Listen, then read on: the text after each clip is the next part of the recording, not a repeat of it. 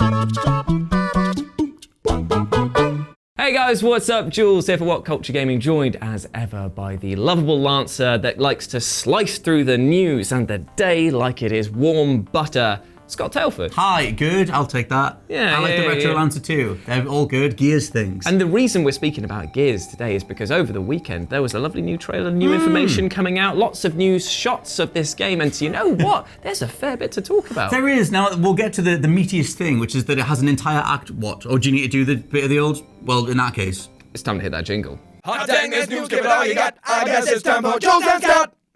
Okay, we are back. So let's talk about Gears of War. Foolishly thought I could leap in. How dare I get ahead of the jingle? No. Now, yeah, so there's a whole act in Gears 5 that's apparently going to be an open world type thing, so we'll get to that stuff. But that sentence alone is insane because obviously when Gears of War 1 came out, everyone was like, this is basically revolutionizing third-person shooters. The chest-high walls were everywhere. In a super linear way, yeah. But it was fantastic. It looked beautiful. It played incredibly well.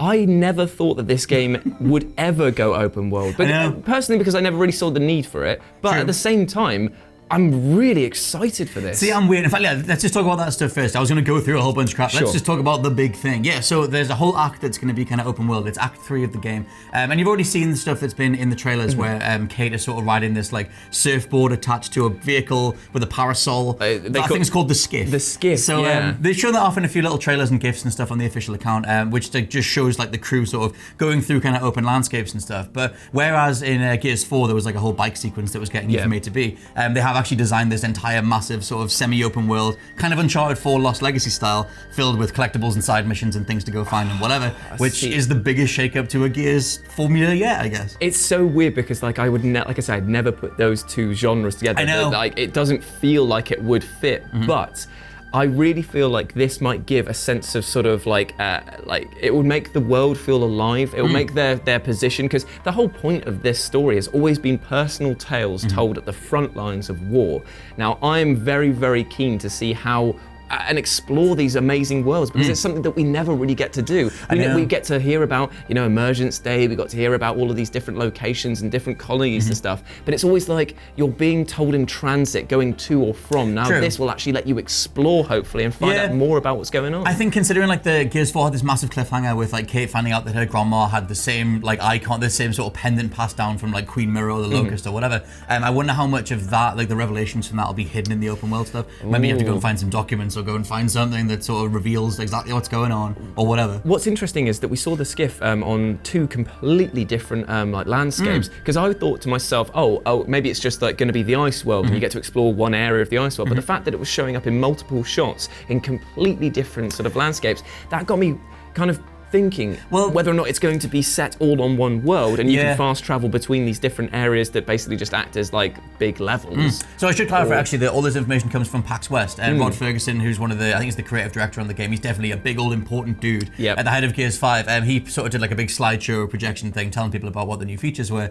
and when he talked about the skiff and the open world stuff, the slide image was the ice world. So I don't know if that means that the entirety of Act 3 is this ice thing, because if it's like Gears 4, there are still vehicle segments where you're getting from A to B and going to different places. That is true. But they're more designed. Like I think it's just that at some point the reins will be let off and you can just go explore in this kind of skiff thing. I mean, it seems completely sort of counterintuitive for them to design a vehicle like the skiff and not let you use it. I mean, I guess like you would have that one act. I like, because this is weird, because there's a lot of things that he said alongside this that have kind of made me go, oh, I don't know. But like, I'm curious. I mean, I absolutely adore Gears. I'm one of the, like me and Ben Roy, I think you're like a big enough Gears fan too. I mean, I'm unlucky in the fact that I don't have an Xbox One. Right. But I played everything up to Gears of War 3 and I just adored it. Like Gears of War 2 and 3 online were some of the most fun times I've ever had. Except when they had that bloody double-barreled shotgun. See, I was going to say, everyone does the forward roll in the shotgun, which is just the go-to Gears tactic. But yeah, in terms of, because there's more things to break down, but in terms of that open world thing, they said it's 50 times bigger than any Gears level they've done before. They said the campaign overall is the biggest thing they've done so far. And then there's a few like sort of like little smaller details that, like I said, kind of make me go a bit weird. They said they want to make the whole game more approachable. They said the Gears of War is Gears of War is known as a hardcore franchise, and they want to make it more approachable. It is an 18 for a reason. Yeah, like, but it's like, I always kind of bounce off the whole, let's make it more approachable, because that gives me flashbacks to Mass Effect 3. Well, it gives me flashbacks to even when they announced there was going to be the Gears of War Funko Pop that's coming out. Yeah, if you want accessibility, go play Gears Pop. Right. This is the thing, I totally understand why. Accessibility doesn't necessarily mean that it's a bad thing. No, like, no. if you are creating a product, you should be aiming to get your widest audience base possible. But the more you do that, the harder it becomes to satisfy all of these people, because there is a sort of stigma around the hardcore gamer still. Like, a lot of us like to think of ourselves as hardcore gamers, when in actuality, like, what does that title actually mean? That you Means play- that beat Control, beat all the bosses in Control.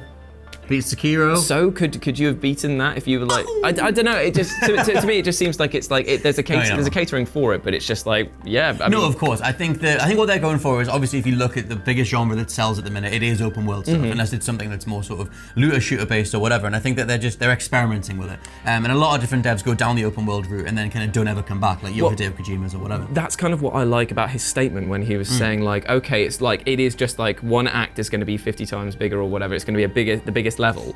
That's fine, because it shows that they know where their core strength lies, which is in the shooting, in the corridor, and the tight linear sort of experience. Because I do genuinely believe that linear experiences done well are better overall than open world experiences. I'd probably back that, because it's controlled and you get to experience what the game wants you to see. Unless this would be a good discussion for a podcast on the WhatCulture Gaming Podcast channel. But something like Breath of the Wild or Phantom Pain like uses its open world in a really specific mechanical sense, as opposed to just being sprawling in open world and nothing like Rage 2. But in this case, there are things that they've designed to plug into this open world that, like I said, kind of make me go like, what? Okay. So one thing that went alongside the approachability thing is they said they want to let the player choose when to engage with combat as opposed to having combat forced upon them.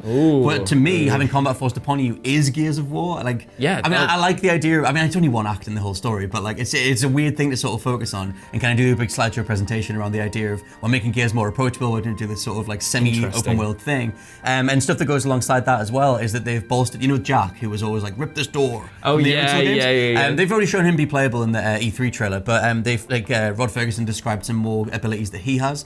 So there's some combat abilities, some passive stuff, things that you upgrade across the course of the campaign. But one thing that Jack can do is cloak. So he can actually, I think it sounds like he can cloak your whole squad, so that you can pick and choose who you want to engage with. Which again reminds me a bit of Breath of the Wild or something like Far Cry, where you come across bandit camps and you're choosing when to engage or whatever. If that is the case and it allows for sort of more tactical manipulation, then I'm actually all for that, because if it makes sense to sort of move your squad into a sort of fortified position and then start shooting people, rather than just run up a hill and face a wave of people coming down that have the superior advantage because they have the Anakin high ground, then yeah, I would actually prefer that. See, I'm game for that, but my thing with it is that I want them to do sort of like new Gears mechanics. Like, I don't necessarily want them to sort of kind of half crib things from, like you said, the Far Cry's, the Breath of the Wild, any open world game with bandit camps kind of thing. I'm game for that in a Gears setting, but for me, I want the meat of Gears of War to be extrapolated on. Like, one of the only new things they had in Gears 4 was that you could leap over, you could do a kill from the other side of cover. You could grab someone and kill them.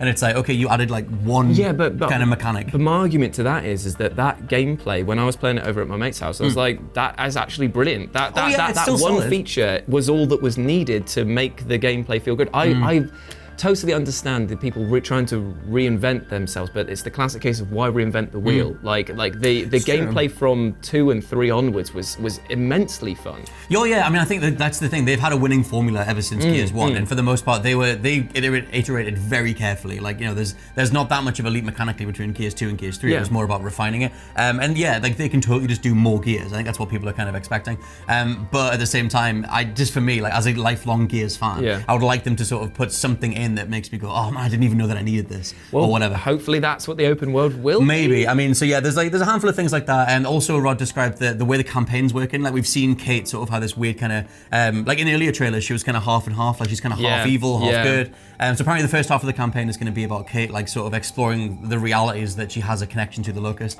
The first half is like her dealing with the information that came out of the end of Gears 4, and apparently the second half of the campaign is all about all-out war breaks out on Sarah, and I guess she has to, I don't know, figure out where she lies in it because she has ties to the Locust and the humans.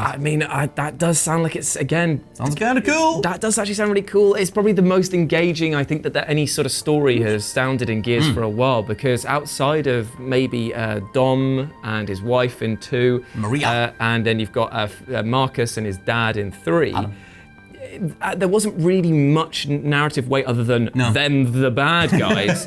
And in 4, I have to admit, I didn't care for the story from what I played. And I'm glad to see his son's had a bit of a redesign. That's hilarious. They showed that off a while ago, but like JT Phoenix is now just bald with an eye scar, just full on being. It's a good look, man. Being like old dad, and that's just fine. Yeah, in Gears 4, like the back third or the back half, when you finally start to get to play as the older version of the original characters, just give me a whole game of that. Give me like Gears of War OAP. I will take the old school version. Give me the Expendables with the Gears characters. That's where the charm is. It's really interesting because I was looking at action games that managed to sustain their narrative over a long periods of time, and I found it very hard to actually find. Well, Metal Gear Solid is kind of different because of the fact that it breaks itself up with stealth sequences. It's not full-on action, but I was thinking that Max Payne 3 is probably the only game that I can think of that I played from nearly start to finish, and it was a long game. Oh yeah. But the way that it did it was because narrative was simple. Like, I know who the bad guys are, and I want to get here, and then there's a betrayal or whatever that happens further down the line. My Hawaiian shirt, my twin pistols, I'm good. Yeah, exactly. Whereas Gears always tries to like convolute its own storyline. It should just focus down on like, there is a massive war now. Just go and do the massive war. And just be the A-team. Yeah, that was kind of what they always had in the original ones. It exactly, was just like, that's why it's so good. Kill the locust, there's a big beast on the ground, there's some emulsion or whatever.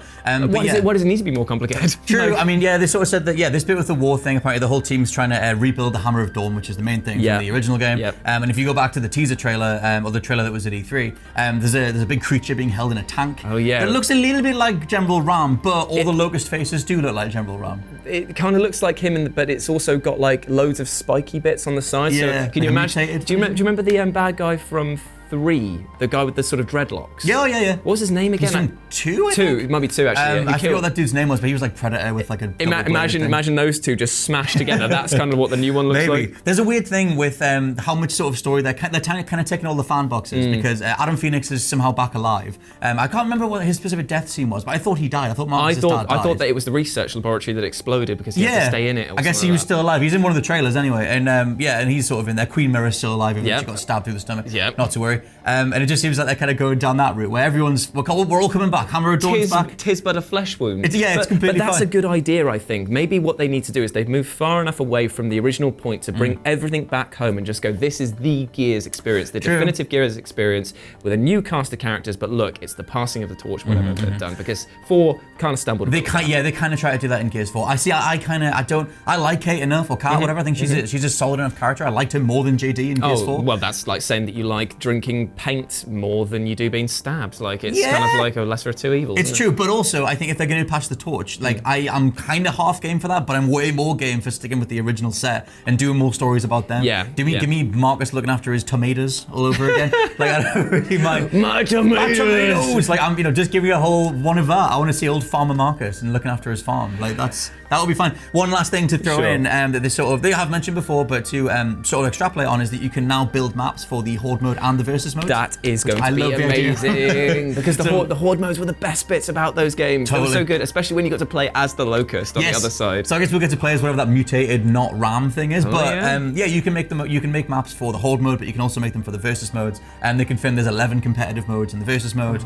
I'm only ever going to play deathmatch, to be honest. I don't want to run around with a ball. I never want to do that. I like that game. Get the ball, run back. I thought that was fun. It was capture the flag effectively, isn't it? Yeah, I just want to shoot stuff. You know, I don't want to choose combat. Let combat come to me. I want to shoot all the stuff and cut it in half. That's all I need. Well, there we go. That's all of the information that we've got from Gears 5 at the moment. Let us know what you thought about it down in the comment section below. Are you as excited as we are? Because it's looking like it's going to be a very different game. If we will see about doing like a Gears of War podcast or something. Yeah. Any excuse to talk about Gears, because that franchise is kind of all over the place. Yeah, but totally it feels good to talk about. We should do a video, an editorial on the ups and downs of the Gears of War franchise. But anyway, there we go. So if you want to follow us on Twitter, you can do so at RetroJ for myself, and I'm at /LP89. Thank you so much for watching us, guys, and hope you have a great day, and we'll speak to you soon. Bye.